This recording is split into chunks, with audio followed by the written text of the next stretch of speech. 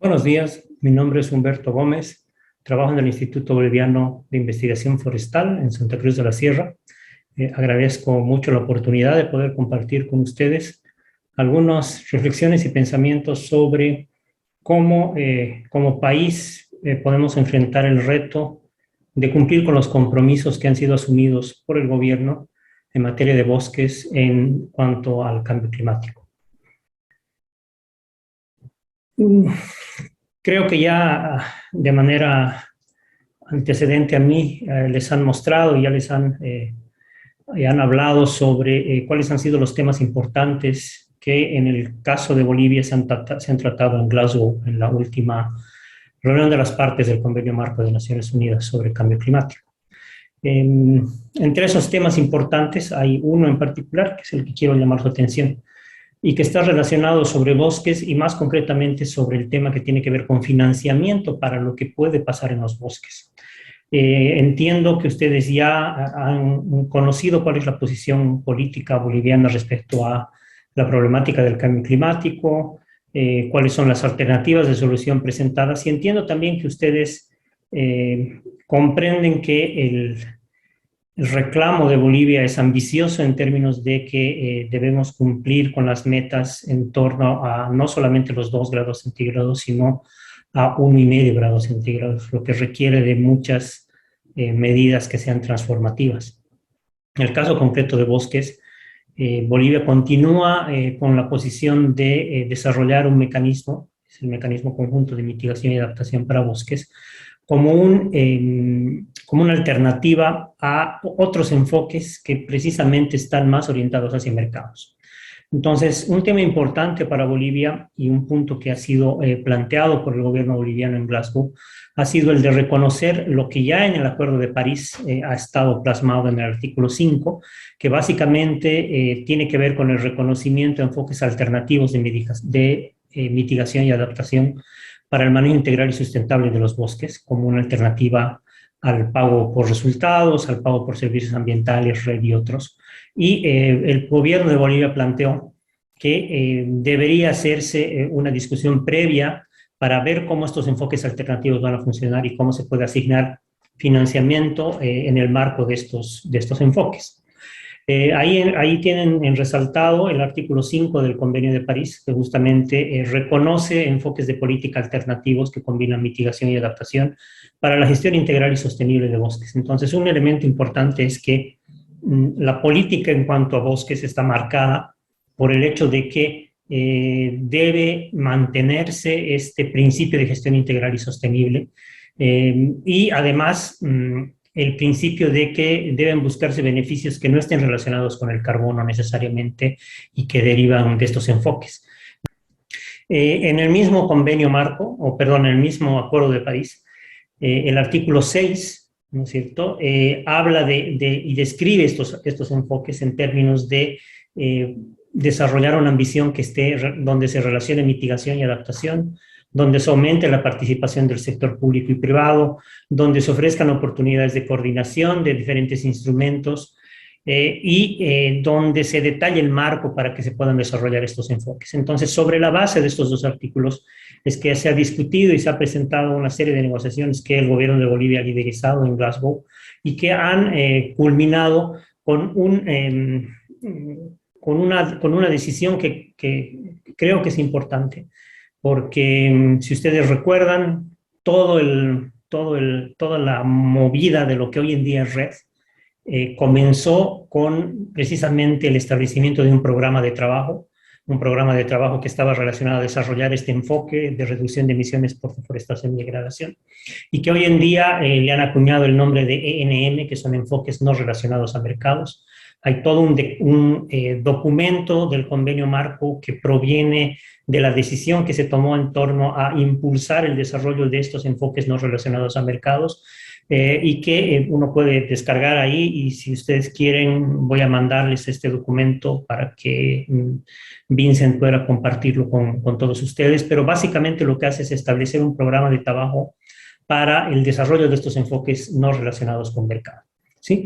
Entonces, Esto está basado en las discusiones y negociaciones que han habido en Glasgow y que, por supuesto, van a continuar en la siguiente SAFSTA y que en la COP en Egipto, durante este año, tiene que presentarse ya un programa de trabajo de cómo se va a desarrollar todo este enfoque no relacionado al mercado que incluye esta parte de financiamiento climático. ¿Sí? Ahora, ¿en qué nos beneficia todo esto? Esto nos beneficia en el sentido de que cuál es la guía que en los hechos y en la realidad constituyen el compromiso que Bolivia ha asumido ante el Convenio Marco de Naciones Unidas sobre cambio climático en términos de bosques.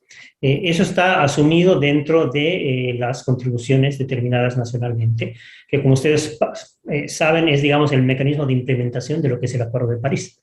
En el caso de Bolivia, la revisión de la contribución todavía no ha sido presentada, continúa en revisión.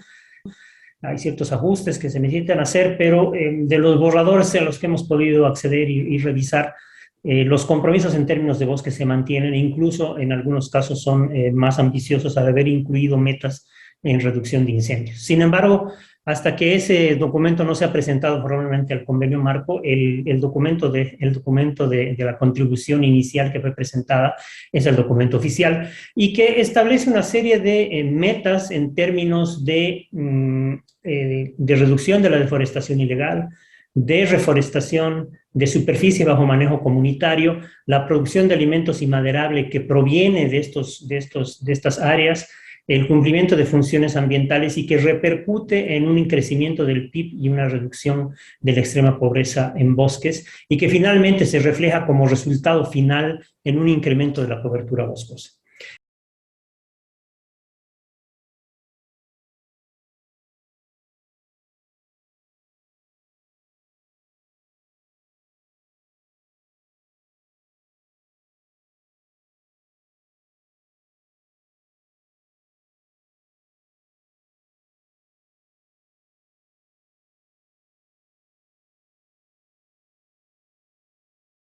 Y eso va a tener como consecuencia, debería tener como consecuencia, que hasta el año 2030 lleguemos a 54 millones de hectáreas de cobertura forestal, que eso es el efecto de haber evitado la deforestación ilegal, haber supuestamente concentrado la deforestación en áreas dedicadas a la producción de alimento en sitios aptos, haber incrementado la cobertura a través de programas de forestación y reforestación, y es por eso que nosotros vemos que de estos 52.5 millones de hectáreas o 53 millones de hectáreas se bajaba a 51 por efecto de esa deforestación, pero luego aumentaba hasta 54. No hemos logrado esto, pero bueno, no lo hemos logrado en beneficio de los bosques. No se ha deforestado lo que estaba previsto, tampoco se ha reforestado lo que estaba previsto, ni se ha dado en control de pueblos indígenas, campesinos, áreas de bosque que estén orientadas hacia el manejo integral y sustentable. ¿Qué limitaciones pero hay para que se puedan lograr estas metas? La primera limitación es una limitación que tiene que ver con coordinación intersectorial. En el país hay dos visiones, ¿no? Hay una visión agraria y hay otra visión, llamémosla forestal. No es una visión que se encuentra, no es una visión que ve el territorio y los paisajes de manera conjunta y que entonces cuando se habla de integralidad, se busca una integralidad real. Tenemos una visión agraria que viene del Ministerio de Desarrollo Rural y Tierras y tenemos una visión más forestal que viene del Ministerio de Medio Ambiente y Agua, del APMT y de otros sectores. Como estos sectores no coordinan, entonces la planificación del uso del espacio, el lugar donde se dotan las tierras, la manera en la cual la tierra y el suelo es utilizado no va acorde al cumplimiento de estas metas. Entonces, no funciona. Hay un decreto supremo que crea un programa que se llama Nuestros Bosques. Este programa, Nuestros Bosques, estableció un comité de coordinación intersectorial donde el Ministerio de Medio Ambiente, Agua, EMEDRIT, INRA, ABT y otros se sentaban para planificar dónde es que se iba a ampliar la frontera agropecuaria, de manera de que responda a la capacidad del uso del suelo y se haga de una manera ordenada y que favorezca en cierta manera también a sectores campesinos e indígenas. Esto no funciona. Entonces, al no funcionar esto, hay una limitación para poder lograr esas metas. La otra limitación tiene que ver con coordinación con entidades autónomas territoriales. Municipios los gobiernos municipales, los gobiernos departamentales tienen una serie de competencias y atribuciones en materia agrícola, en materia forestal. No hay coordinación con el gobierno nacional ni entre entidades departamentales ni municipales para que se pueda lograr que de manera armónica esto se logre de una manera planificada. Además, hay limitaciones en coordinación con la cooperación internacional, porque la cooperación internacional responde a estas agendas grandes que tienen que ver, por ejemplo, con el Convenio Marco de Naciones Unidas sobre Cambio Climático. En este momento hay un gran interés de parte de la cooperación internacional en todo lo que tiene que ver con restauración, por ejemplo. Entonces, es necesario coordinar agendas para que estas actividades, por ejemplo, que tengan que ver con restauración, estén orientadas a apoyar estos procesos de incremento de la cobertura forestal. Tampoco hay relación con organizaciones de la sociedad civil. Hay una serie de limitaciones ideológicas, hay una serie de limitaciones también en términos de procedimientos y de acuerdos para que organizaciones de la sociedad civil puedan contribuir de manera efectiva a través de sus programas, de sus proyectos al cumplimiento de estas metas, y poca apertura de diálogo con varios actores. El problema de la tierra y el problema de los bosques en nuestro país es un problema que tiene que ver con la tierra, con la posesión de la tierra, quién la posee. Entonces, creo que hay bastantes ejemplos que se han visto que limitan estas posibilidades para que pueda haber un mayor diálogo. Y sin embargo, se sigue dotando tierra. Y sin embargo, las tierras que tienen capacidad de uso forestal, se les asigna un uso agrícola. Entonces, esa visión agraria que se tiene es mucho más fuerte. Y el plan de desarrollo, el actual plan de desarrollo económico-social, muestra también un limitado foco en materia forestal.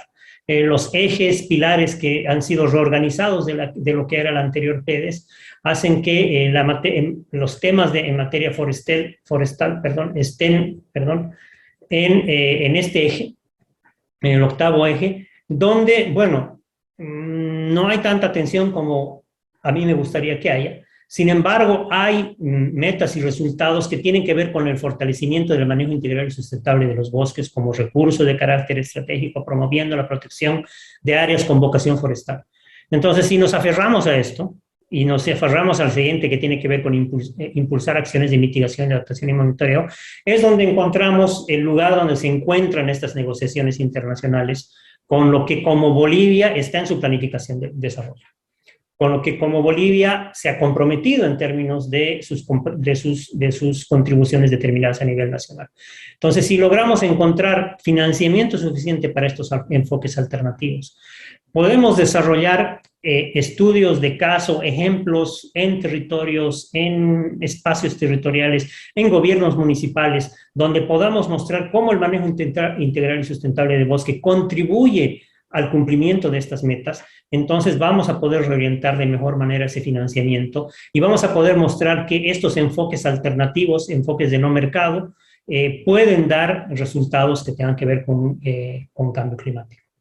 Sin embargo, hay una serie de desafíos. El incremento del área bajo manejo integral tiene que enfrentarse a la política agraria, tiene que enfrentarse a esa visión agraria que hay y cambiar esa visión, o por lo menos encontrar espacios de debate y de discusión.